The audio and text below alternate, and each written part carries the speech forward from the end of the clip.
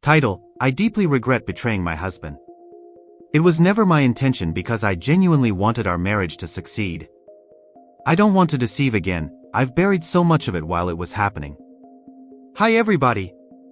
I'm leading a goal of 100,000 subscribers by the end of the year, and I truly believe we can achieve it together. So if you could hit that subscribe button, it would really mean a lot to me. Now, let's dive into the story.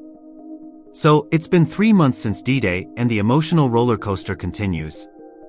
Seeking advice, she begins with, I am the wayward spouse. I started my affair after getting engaged to my partner. The intimacy ceased before we tied the knot, yet we continued to engage in sexting for several years, 8 years, in fact. Wow. Amidst having 2 children, I won't delve into my traumatic childhood and troubled family relationships, but I'll provide some background on myself. Throughout my previous relationships, I was always the one who got cheated on. Others would describe me as a good person. I treated my friends well, always generous and considerate, prioritizing others over myself. My career also revolves around helping people. However, my affair was the antithesis of everything I believed in. I was physically intimate with my affair partner about 6 to 8 times, possibly even more over a year and a half. I had always viewed the affair partner as the instigator, but upon reviewing the emails and text messages my spouse uncovered, I realized I initiated contact just as much. I thought by ceasing the physical aspect, I had halted the significant part, but I failed to grasp that the sexting and any communication with him were equally harmful to my relationship with my spouse. It eroded our true intimacy and connection. I projected my shame onto him, feeling a disconnect that shouldn't have existed. Fast forward to D-Day, my distance prompted my spouse to look into old emails, leading to an explosion of anger, name-calling, and even him spitting in my face. I severed all ties with the affair partner and granted my spouse full access to everything, including passwords. In the first month, I lost 15 pounds due to a lack of appetite and general depression. My spouse was equally affected, experiencing depression and PTSD symptoms, sleepless nights, and his stress took a toll on his physical health. We quickly sought couples therapy, which helped. Initially, we began with a social worker facilitating communication. We talked endlessly about everything, our past relationships, sharing both joyful and sorrowful nights together, and experiencing the best sex we'd ever had. Recently, we transitioned to a psychologist at my individual counselor's recommendation, which seems more productive. However, I still struggle to comprehend what drove me to relinquish my dignity and self-respect. Now, 3 months later, it feels like we're back at square one. My spouse discovered, while reviewing old emails, just how much I reached out to the affair partner and how frequently I was unfaithful. Initially, I believed the physical encounters occurred mostly before my spouse and I were together, but upon closer examination, it seems most transpired after our engagement. Isn't it interesting how we conveniently forget certain details? This affair occurred nearly 9 years ago, and my spouse is experiencing trickle truth yet again. I never intended for this to happen, as I truly want our marriage to succeed. I don't want to lie again. I buried so much of it that I honestly can't recall when we had those encounters.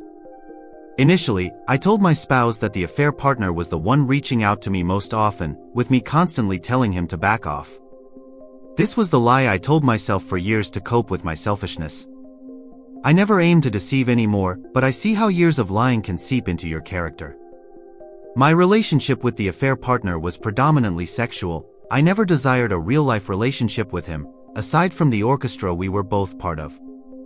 I struggled to converse with him about mundane topics. He was more of a jokester, never serious.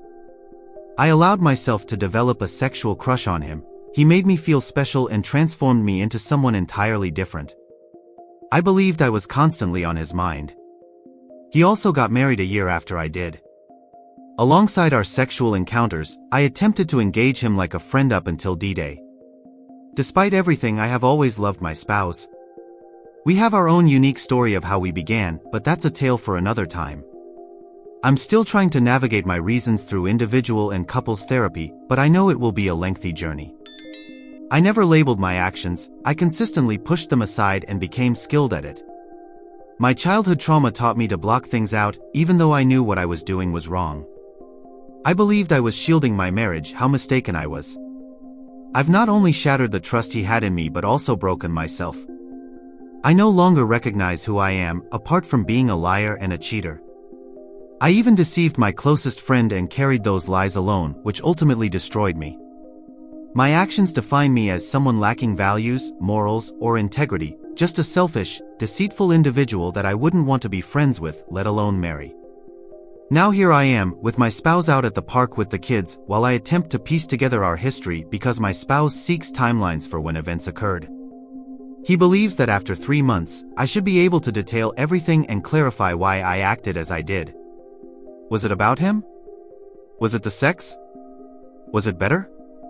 Was he more well-endowed? I want him to know the entire truth because I genuinely want to become a better person for him and our 2 children. I aspire to cultivate a stronger marriage and evolve into a good person who doesn't deceive, one who possesses integrity. However, I truly don't know when things happen since I've suppressed those memories. I feel lost, venting my sadness and fear for the future I've created. This is a high-level overview, and there are many details I'll save for future posts. I search for positive stories of hope, but it seems like finding a needle in a haystack. Wow. It's amusing how cheaters can simply erase things from their minds. I forgot, I didn't remember that aspect. When they finally feel compelled to confess because you've discovered evidence or confronted them, it's disheartening when they present half-truths. You know it's a half-truth because either you have proof or you've been around long enough to discern their dishonesty. I thought I had been engaging with the affair partner before our engagement, as if that somehow mitigates the betrayal. Surely, you've encountered some nonsense from women or read stories online, and personally, I've heard plenty of it. They might say, okay, I lied about seeing him, but we only kissed. Nothing else happened, as if that justifies it. It's just a kiss? Come on. Spare me the half-truths. They concoct excuses like, we were broken up at that time. You mean the time we were living together, just had dinner, shared kisses, professed love, and went to bed together? You claim we were broken up when I went to work the next morning and you were with him? No, you've completely misremembered the timeline. Cheaters love to manipulate like that. It's gaslighting, simply lying to shield themselves. Oh, I thought this, I thought that. I just don't remember. Then let's forget about it, as if memory works that way. It's amusing how conveniently they forget. I feel a lot of sympathy for my spouse because I understand his plight. I know exactly what he's going through. I've never been married, but I've experienced similar situations filled with lies. It's ridiculous, and it's as though she's trying to play the victim here. She mentions her rough childhood, saying, I had a terrible childhood, and I've been cheated on in every relationship. Yet, you decide to cheat on a wonderful man you're prepared to marry? That's incredibly unfair to him. Why put him through that? You know how devastating cheating is, given your own history of being cheated on. Why inflict that pain on him? Even if it happened before your engagement, it's still infidelity. Up until the engagement, you must have had a serious relationship. You don't get engaged to someone you've just met, you have to have a serious, committed relationship before that. So, during the engagement, you claim to have slept with him 6 to 8 times. That's just atrocious. It's still cheating. It doesn't matter if there was no ring on your finger, it still counts. I've encountered people saying ridiculous things like that before, if we're not married, it doesn't count. Well, then get out of my house. I won't be covering for you any longer, pack your things. What are you even talking about? Some individuals genuinely believe this, and it's amusing how they never communicate this to their partner. I guarantee you she hasn't had that conversation, as it sounds like she truly believes her excuse. To her, it was before the engagement, so it doesn't count. People who think that way never communicated with their partners. They know it's wrong, so they sneak around. It's absurd. Let's see what others are saying in the comments. Someone noted a lot of double talk and generalizations, words that carry little weight. There's so much minimizing. No wonder her spouse isn't making progress. Her affair contradicts everything she claims to stand for. If it lasted 8 years, that's a significant chunk of her life. She states, "I still haven't understood what led me to give up my dignity and self-respect." Surrender? It wasn't like you had no choice, you willingly gave it away. It sounds like you never had it at all. I don't want to lie again. You buried so much of it that you genuinely can't recall when you were intimate. Nonsense. This is self-preservation at its finest. Why does your spouse feel compelled to review old emails? Because you're withholding crucial information. You know precisely when you were unfaithful, you're just too ashamed to examine your past and answer your spouse's questions. If you don't have an answer, then take the time to find out and be honest instead of forcing your spouse to do it himself. Withholding information is lying, just as it was during your affair. If you're not willing to face your past honestly, there's no hope for you. Leaving stones unturned only protects you from the truth. Someone commented, "I believe she's deceiving herself just as much as her spouse." Another said, "If you've been involved for 8 years, that's inherently what you stand for." Someone else added, "It seems like you're just trying to seek sympathy. Have you considered putting your husband's needs first? Ever thought of that?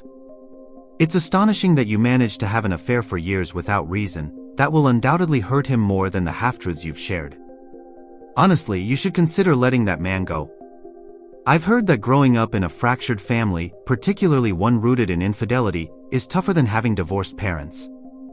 If you're going to separate, it's likely to be a 50-50 custody arrangement. Honestly, I would give your husband more custody and strive to learn to be a better person. But that's just my perspective. One person pointed out, "You claimed your relationship with your affair partner was purely physical, but there had to be some emotional connection for it to last 8 years. You had a secret boyfriend behind your spouse's back." Trickle truth is the worst. You clearly remember all the physical details. 6 to 8 times translates to more like 20 to 25 encounters. If you continue with these half-truths, it will feel like D-Day every single time. Absolutely. I believe her husband needs to move on.